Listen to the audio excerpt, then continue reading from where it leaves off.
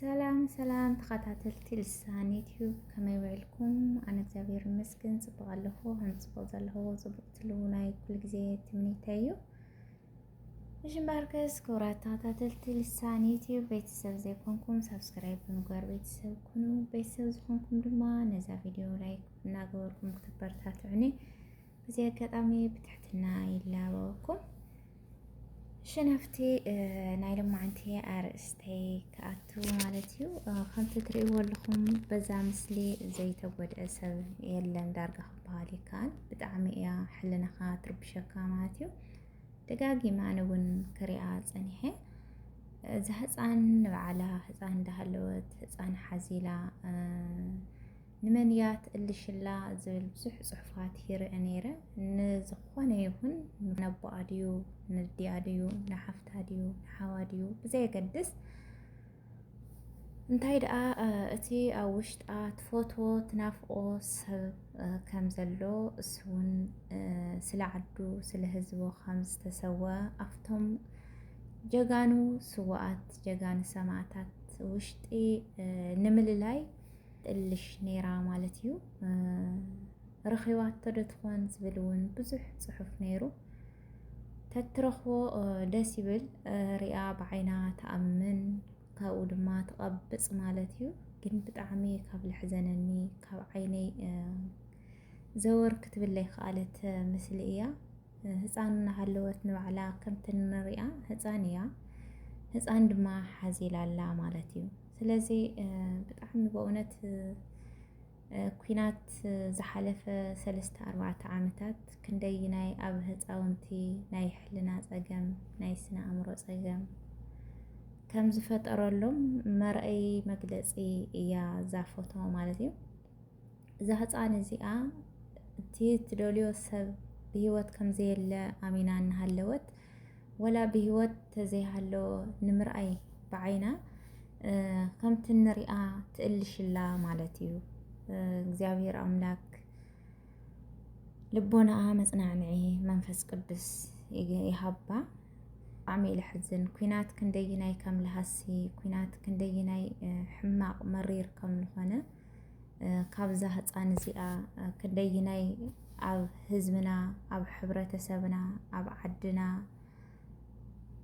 ኢሉ እውን ኣብ እንስሳትና ክንደይናይ ዓብዪ ዕንወት ከም ዝፈጠረ ኣብዚ ምስሊ እዚ ምስክር እዩ ማለት እዩ። እዛ ህፃን ቆልዓ እዚኣ ሕዚ ለድልያ ትምህርቲ መንፈሳ ከህድሱ ዝኽእሉ መዘናግዕታት እምበይ ኣብዚ ቦታ እዚ ክትሪኣ ከለኻ ብጣዕሚ ካብ ልሕዝን ሓደ እዩ። ግን ኣብ ሕልንኦም ህፃውንቲ ይኹኑ ዓበይቲ ክንደይናይ ፅዕንቶ ከም ዝሓደሮም ክንደይናይ ክፉእ ግዜ ከም ዘሕለፉ እዩ ዘርእየልካ። እቲ ግዜ እግዚኣብሔር ኣምላክ ፈቒድዎ ተዘይሕፅሮ ነይሩ ብጣዕሚ ኣብ ዝኸፍአ ደረጃ እዩ ክበፅሕ ነይሩ። እቲ የዋህ ህዝቢ እቲ ርህሩህ ህዝቢ እቲ ከብዱ ሓዲጉ ከብዲ ናይ እማቱ ልዕንግል እቲ መደቀሲኡ ገዲፉ ልመፆ ጋሻ ኣብ መደቀሲኡ ዘደቅስ የዋህ ህዝቢ ክንደይናይ ብሕማቕ ኩነታት ከም ዝሓለፎ መርአያ እያ እዛ ምስሊ ማለት እዩ። ብሓቂ እዛ ቆልዓ እዚኣ ናይ ፅባሕ ተስፋ እያ። ናይ ፅባሕ ተቐባሊት ሕድሪ ናይ ፅባሕ ተቐባሊት ሃገር እያ። እዛ ህፃን እዚኣ ሕዚ ኣብዚ ሕዚ ደረጃ እኒኣቶ ኣብ ትምህርቲ ኣብ ዝተፈላለየ ናይ ሕልናኣ ከነቃቕሕዋ ዝኽእሉ ክንሪኣ እዩ ዝግባእ ነይሩ። ኣብዚ ቦታ እዚ ክትርከብ ኣብዚ ቦታ እዚ ክንሪኣ መቸስ ሕልና ንዘለዎ ሰብ ብጣዕሚ እዩ ዝጎድእ። ምንም ክግበር ይኽእል ዝሓለፈ ሓሊፉ ድሕሪ ሕዚ ኣብ ሰላም ኣብ ንህዝብና ዝጠቅም ኣብ ልዓድና ንጠቅም ክንነጥፍ ይግባእ። ክቡራት ቤተሰብ ጭጫፍ ሒዝና ቦሎ ቦሎ ንብል ሰባት ኣብ ሞቻ ሃገር ዘለና ኢና መብዛሕትኤና ነፍስና ኣብ ውሕስ ዝተቐመጠት ኮይና ኢና ጫፍ ሒዝና ነቲ ሓደ ክነናቁር ንውዕል። እዚ ግን ወላ ለዓድና ወላ ለህዝብና ለሕብረተሰብና ለዩ ብጣዕሚ ኣፀያፊ ነገር እዩ። ትሕሉፍ ክንመሃረሉ ትሕሉፍ ክንዝክሮ እዩ ዝግበአና። ሓቂ ንምዝራብ ተጋሩ እንትንበሃል ሓንቲ ናህና ስንፍና ምርሳዕ እያ። ብጣዕሚ ኢና ረሳዕቲ። እቲ ዝሓለፈ 4-5 ዓመታት ከመይ ዓይነት ፀልማት ከም ዝሓለፈ ህዝብና ከመይ ዓይነት መሪር ከም ዝሓለፈ ህዝብና ኣሽዑኡ ንፈልጦ ኢና ነርና። ለይቲ ምስ ቀትሪ ብሰላማዊ ሰልፊ ብገንዘብ ብፀሎት ብዝተፈላለየ መልክዑ ኣብ ህዝብና ዓይንና ኣብ ህዝብና ዓይንና ኣብ ሃገርና ዓይንና ኣብ ቤት እምነትና እዩ ነይሩ። ሕዚ ግን ዓይንና ኣብ ውልቀ ሰባት ዘይሩ ዓይንና ኣብ ምንቋር ኣብ ምንቋት ኣብ ምፅራፍ አንደበትና ካብ ፅቡቕ እናውፀሉ ሕማቕ እናውፀሉ ኣፀያፊ ዘረባታት እናውፀሉ ሰዓታት ይልበዝሕ። ክቡራት ቤተሰብ እዚ ግን ክኾን የብሉ። ናይዛ ህፃን ቆልዓ እዚኣ እትእልሾላ ስውእ ተጋዳላይ ወይ ከዓ ስውእቲ ተጋዳሊት ክንዝክር ይግባአና። ዝተሰውሉ ዕላማ እኮ ስለ ዓዶም ስለ ህዝቦም ክብሉ እዮም። ኣብ ምድሪ ኣብዚ ሓሳዊት ዓለም ዝተረፍና እንታይ ንገብር ኣለና? ስለ ሰላም ዶ ንዝመር ኣለና? ስለ ናይቶም ህፃናት ዝተረፉ ናይቶም ስዋኣት ሕድሪ ዶ ንኽብር ኣለና? ኣብዚኣ ንኩለና ሕቶ እያ ክቡራት ቤተሰብ። ሕዚ እውን ነዞም ስድራ ስዋኣት ኣብ ጎኖም ብምዃን ለህዝብና ዝጠቅም ለዓድና ዝጠቅም ለህፃናት ዝጠቅም ኣብ ከምዚ ዓይነት ክንነጥፍ ይግበአና። ተኽኢልና ብገንዘብ ተስኢልና ብፀሎት ፀሎት ዓብዪ መፍትሒ እዩ። ልዕሊ ማንም ዓብዪ መፍትሒ ኢለ ይኣምን።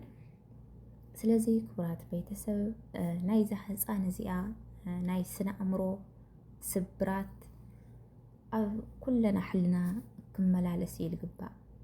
ንምንታይ ሰብ ክሓዝን ወይ ከዓ ስብራት ክበፅሖ ማለተይ ኣይኮንኩ፣ ግን ናይዞም ህፃናት እዚኣቶም ብምንታይ ኢና ክንክሕሶም ዝግበአና?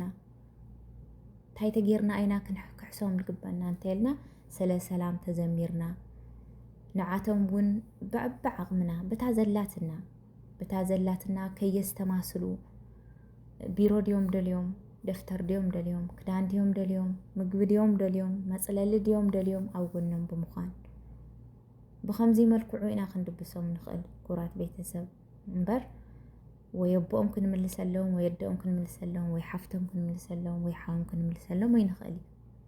እዚ ናይ እግዚኣብሔር ስራሕ ስለ ዝኾነ ስለዚ ክቡራት ቤተሰብ ኣነ ፈሊጠ ክመክር ኣይኮንኩን ባዕለይ ድኽምቲ እየ። ግን ብጣዕሚ እታ ምስሊ ደጋጊመ ምስ ረኣኽዋ ብጣዕሚ ሕልናይ ካብ ዝሃሰየትኒ ካብ ዓይነይ እውን ዘወር ክትብል ካብ ዘይከኣለት ምስሊ እያ። ነዚ ሓፍትና እግዚኣብሔር ኣምላክ መፅናዕንዒ መንፈስ ቅዱስ ይሃባ ጠንኪራ ናይቲ ትእልሸላ መተካእታ ኮይና ኣብ ዝለዓለ ደረጃ ኣብ ዝዓበየ ብርኪ በፂሓ ክንሪኣ እውን ተስፋ ንገብር። ኣጆኺ ኣቦታት ኣለናኪ፣ ኣጆኺ ኣዴታት ኣለናኪ፣ ኣጆኺ ኣሓት ኣለናኪ ክንብላ እውን ይግባእ ክቡራት ቤተሰብ። ስለዚ ስለ ዓድና ኩሉ ግዜ ክንሓስብ ይግባአና። ኣብ መብዛሕትኡ ማሕበራዊ ንጥፈታት ክከታተል ከለኹ ኣነ ብጣዕሚ ልሕዝኑ ነገራት እየ ልርኢ። በተለይ ኣብ ቲክቶክ ክኣቱ ከለኹ ኩላትና ትግራይ ኣብያተ ናስ ተፈላሊና ጨጫፋ ሒዝና ከም ጨርቂ ክንቀናጥባ ኢና ንውዕል። እዚ ሓይልና መድከሚ ህዝብና መጉድእ እምበይ ወላ ሓንቲ ለኣ ዝጠቕማ ነገር ወይ ከዓ ህዝብና ዝጠቅም ነገር የኮነ። ትግራይ ከም ሓንቲ ተንሓስብ ኣብቲ ዝሓለፈ ፀልማት ግዜ ሪኢኹምዎ ኢኹም ኣብ ሓንቲ ስለ ዝዓሰልና ንኩሉ ጉዳያታት ሰጊርና ናብዛ ሃዋህው ሰላም ናብዛ ጨናጭል ናይ ብርሃን ርኢናያ ዘለና ስለ ህዝቢ ትግራይ ከም ሓንቲ ስለ ዝሓሰብና እዩ። ስለዚ ክቡራት ቤተሰብ ስለ ህዝብና ስለ ዓድና ስለ ህፃናትና ክንዝክር ይግበአና። سواتنا سلمتاي كم لحلف ودما بزولس نياتهم حدري لكي نعبر أستمنا كنك على أب السلام كنعسل يقبلنا بهاليتي نزهت عن حفتنا زابير أملاك بعلو يدقفا بهالي بروجرام اسكاب نرخب كسكاب شو سسناي نعم